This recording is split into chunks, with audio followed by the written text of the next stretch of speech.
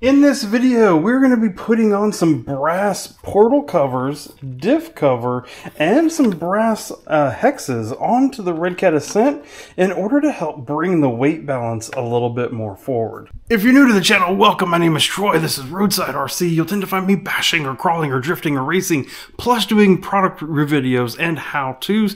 And if you've been watching the channel recently, you know I've been doing a little bit of stuff with this Redcat Ascent-18. And one of the things, straight out of the box with nothing done to it, 50-50 weight distribution front and rear, which means that front gets really light and the truck wants to flip over as you're out there driving it around. I've already done a few modifications to this, free modifications that you can do, and it moved it to about 55-45. So already got a little bit of weight to the front by moving the battery in the ESC. I'll provide a link to that video down in the video description. But today, I think this is going to be the first mods that you're going to want to do to this truck. Here are those brass hexes. I don't know if I'm planning on using all four.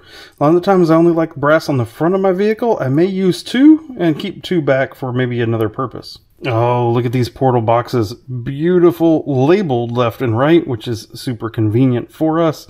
Love the black coloring on them. I don't like shiny brass, so I like the fact that they're black, but then with like the little brass accents on them. They look great. And then those outer portal covers to match. Look at that. Looking beautiful. They don't look like they're sided at all. Looks like you can use them on either side, but do look quite nice. Oh, look at these front diff covers. Looking really nice. The little machined edge on them there. Nice. A little bit of extra weight there with the brass. Again, I think I'm probably only going to end up using one of these on the front. I think I'll leave the rear off. Maybe go aluminum on the rear.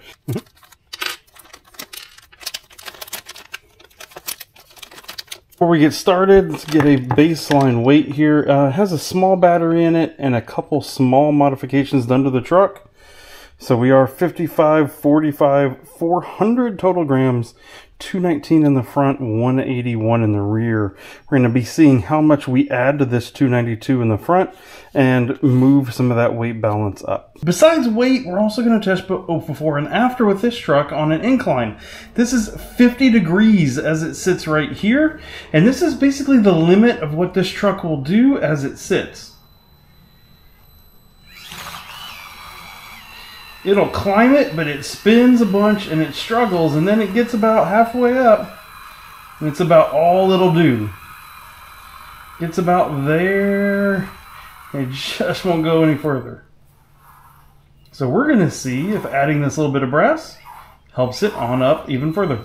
And there's a little part of me that actually wonders if adding brass is going to make it worse on this little 50-degree incline.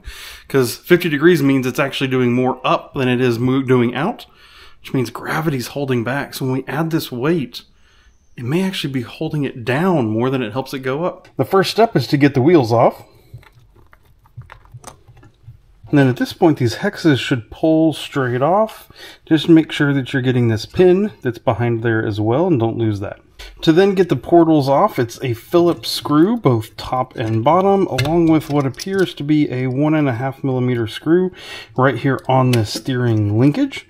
So get those three off, and then the portal should slide out the side.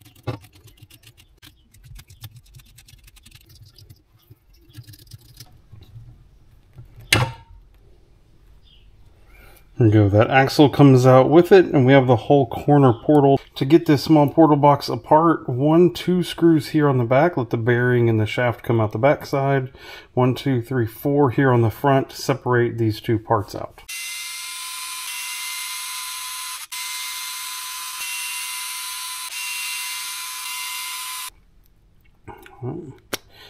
Pull this, bearing and gear come out as one now, here on this side.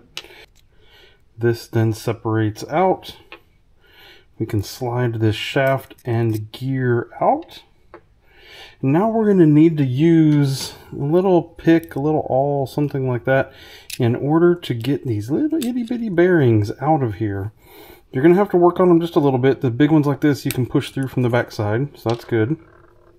A little one on here and here, it's going to take a little bit of finagling to get them out. It's always good to check old versus new part and make sure that as you're putting everything together, it looks like it has all the right holes and all the right spots. Everything looks great. So far that is the case here. Now we're going to just transfer those bearings one for one over. Now my truck's pretty new as I do this, so completely reusing these bearings. Obviously, if your truck has some miles on it, it's a great opportunity to replace them. As you put your screws back in, it looks like we're going to reuse all the same hardware that we took out. Make sure you use some blue thread locker since you are putting a metal screw back into a metal piece. You don't want them to come loose on you out there on the trail. Oh, look at that. That is one beautiful looking corner.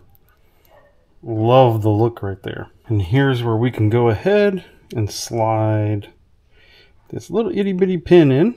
And we can go ahead and slide this brass hex on while we're at it. And I just want to say, this is a great time to make sure you don't have any bearings laying around, no spare parts laying around. Ask me how I know that you can assemble these and forget to put one of the bearings in. Just ask me how I know. Nobody's perfect. As it turns out, we all make mistakes. Now with this whole assembled corner, we're just going to slide it right back in here. You may need to twist this to get the axle to line up. There it goes. Right in, and again, thread locker on these screws as they go back together. Now that I have this on here, it's a little bit stiff to turn, so I want you to be careful. It does look like it maybe is possible to over tighten these screws, top and bottom. Yeah, is a little bit possible to do that. So you do want to be careful and not get those too over tight.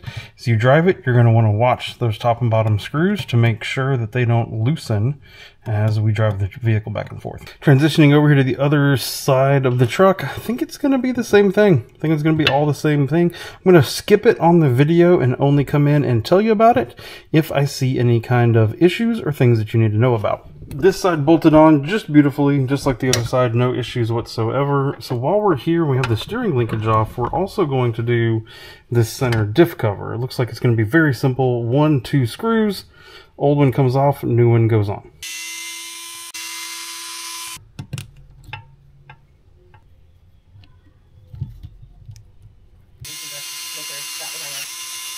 Now while we're here, we're going to go ahead and put this brass link back in place of the factory one as we go.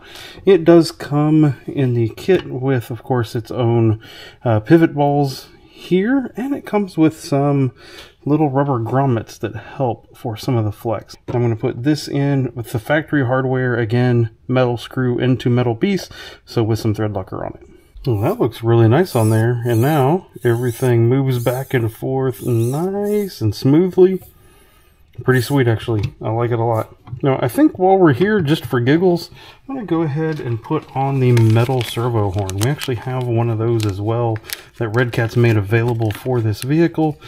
Since we're here, it's only going to be 2 more screws, one here, one in the middle. I'm going to just be very careful to not move the servo so that I can keep the same alignment.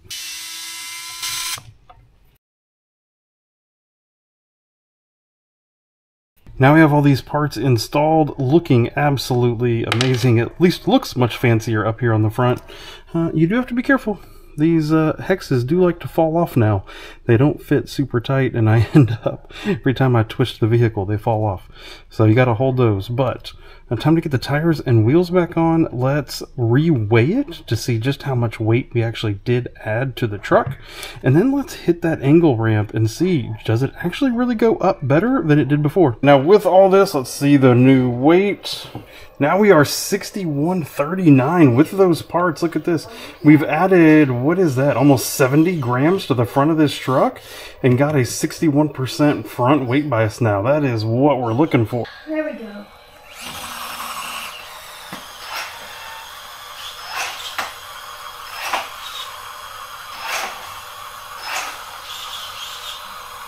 Come on. Hey, so that actually did make it better. It didn't make it a lot better, but it did make it better. It did go up that easier than it did without the brass on there. And again, remember, 50 degrees, right? So it's actually going up more than it's going out. So it was gravity was pulling on it. There is no doubt. And now what I want to do is get it back out to the backyard crawler course and give it a further test. But I think maybe before I do that, there's a couple more modifications that I might do to this truck before we go back out there again. So stay tuned for that. If you have any questions or comments about what I did and how I did it here today, then leave them down in the video comments below. If you want to see other things that I've done to this truck, there is a playlist that'll be popping up to your right. Feel free to click that button over there and we will see you in one of those videos. Thank you and goodbye.